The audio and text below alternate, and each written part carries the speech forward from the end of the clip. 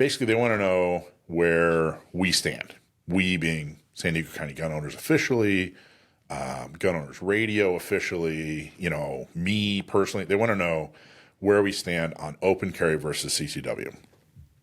That's a good question. But the reality is all the above. All of the above is where we stand. And I think that it's a tricky question in that when you ask about open carry, what are you asking about? There's no bill that's looking to make us open carry in California. That's not happening. You know what I mean? So is it a national bill? And when more specifically, are you asking, would we reject, like, for example, national reciprocity for CCWs because it's not open carry and permitless carry? Would we reject that? That doesn't make any sense. The answer is no, of course not. Everything we can possibly do to move the ball forward, we're a fan of. So usually when people ask, they're asking like this very broad and general question. They really just want me to say, what they want to hear. They want to draw a line in the sand.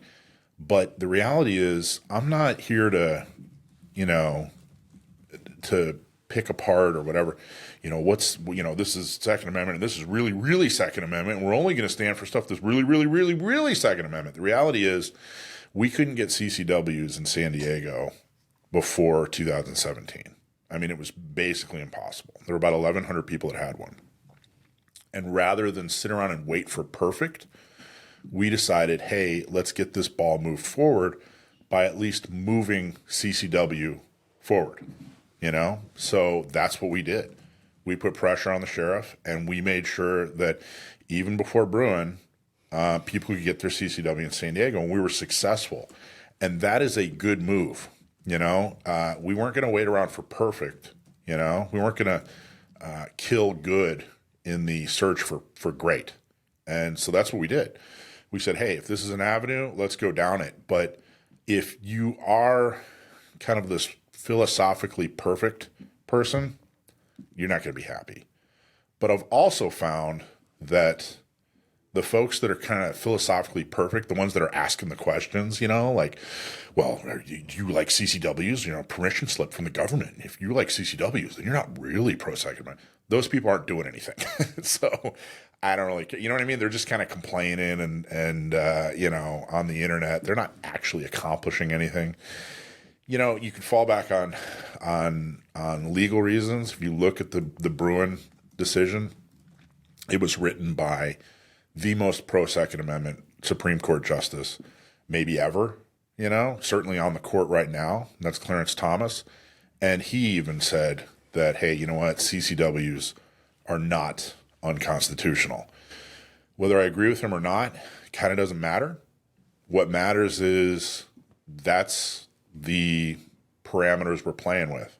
And what I'm not going to do is sit here with my arms crossed and say, well, we're not going to do anything unless we do open carry, permitless open carry. Because that's not the world we live in. That's not the reality we live in. If there's a bill, that makes sense and it's open carry and it's California, what I mean? If there's something specific, but kind of this, off in the ether broadly, like, well, geez, we want to test and make sure that Gun Owners Radio and Michael Schwartz are pro-Second Amendment enough. I don't play those games. We're for all the above. Whatever way we can help people advance their right to keep and bear arms, whatever steps we can take towards a positive outcome, that's what we're going to support. That's what we're going to support. So where do we stand? I guess we don't really have an official stance, but I can tell you everything we can possibly do to make sure that you can defend yourself, you can defend your family, that you can carry, that you can own, that your rights are not infringed. That's where we stand. That's where we stand. So that's not going to make some people happy, but we can't. We can't make everybody happy. I think it's going to make the majority of the people very, very happy, particularly the 23,000 people or something like that have a CCW now who couldn't get one before 2017. They're able to carry. They're able to defend themselves. and every step we can take from here on out. There was actually a columnist for the Review Journal Journal's the paper in Vegas. And he was like a diehard libertarian. I wish I could remember his name.